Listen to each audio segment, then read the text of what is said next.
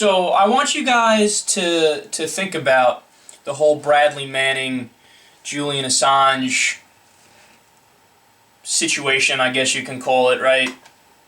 What is it? What is it all about?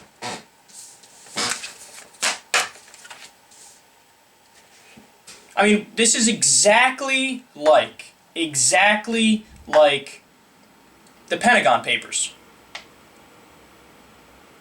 The Pentagon and the United States government were withholding information from the American people that exposed what the United States was doing in Vietnam. Dropping napalm on villages with innocent civilians and basically committing war crimes left and right. And what did they do? They said, listen, for national security reasons, we can't release this information. This is state secrets. We have to keep it secret. And a couple of smart lawyers who understood the principle behind the First Amendment said, no, you can't do that. And we're going to sue you to show you that you can't do that. You have to release that information. Why? Because the United States government is representative of the American people. So if the American people want to know what you're doing with our money, then we have a right to know. So they sued, and they won, and the documents were released, and we came to find out that we were engaged in war crimes. The United States of America. It turns out, unlike the Republicans would like you to believe, the United States is not absolutely always on the moral and ethical high ground, and not everything we do makes sense.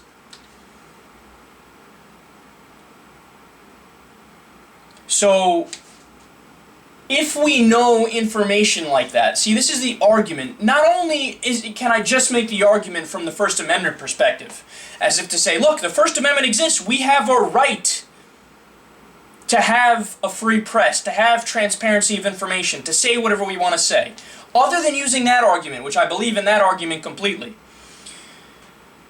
there's also a strong case to be made that if the American people don't know what its government is engaged in, then we can't improve upon our government and make it better and make ourselves better as people. And we can't stop our government from engaging in war crimes and doing these horrific things all around the world. But if we do have transparency and we do know what's going on and we do have all the information, then we can hold our government accountable. And then we can make our democracy actually function like a democracy. I know, radical idea. But that's exactly what went on with Bradley Manning and Julian Assange. Bradley Manning is an American hero. Julian Assange is an American hero. And you're not going to hear people say what I just said in the mainstream news sources. What you hear is they take the narrative posed by the establishment and the status quo and the people in power and our government, and they say, oh, well, these people say that these guys are evil, so I guess they're evil. I mean, you had Democrats and Republicans saying that these guys are high-tech terrorists, that they should be tried for treason and killed. Tried for treason and killed. Why? Because they're showing the American people what our government is actually engaged in overseas?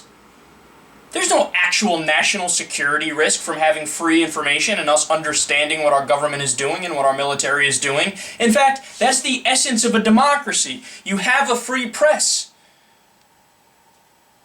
I mean, Bradley Manning and Julian Assange and Wikileaks. Wikileaks is the epitome of a free press.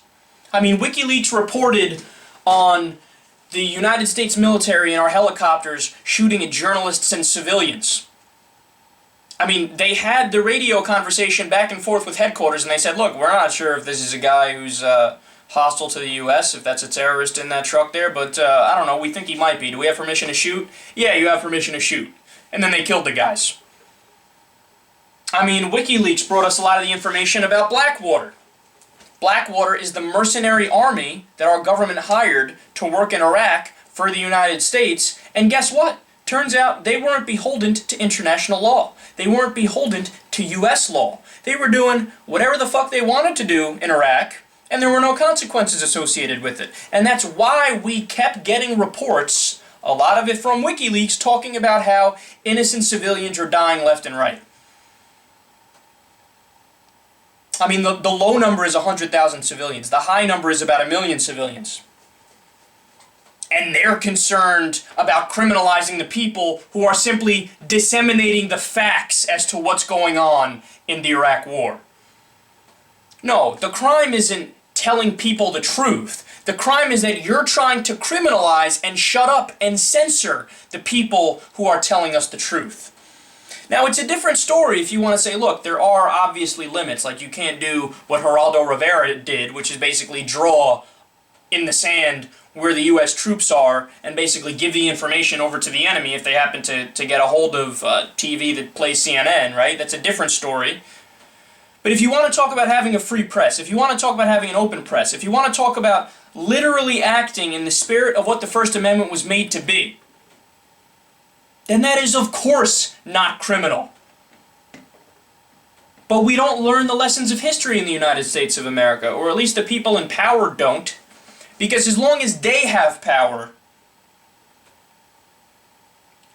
they're willing to exploit and to cover up and to hide and to act contradictory to the principles that this country was founded on.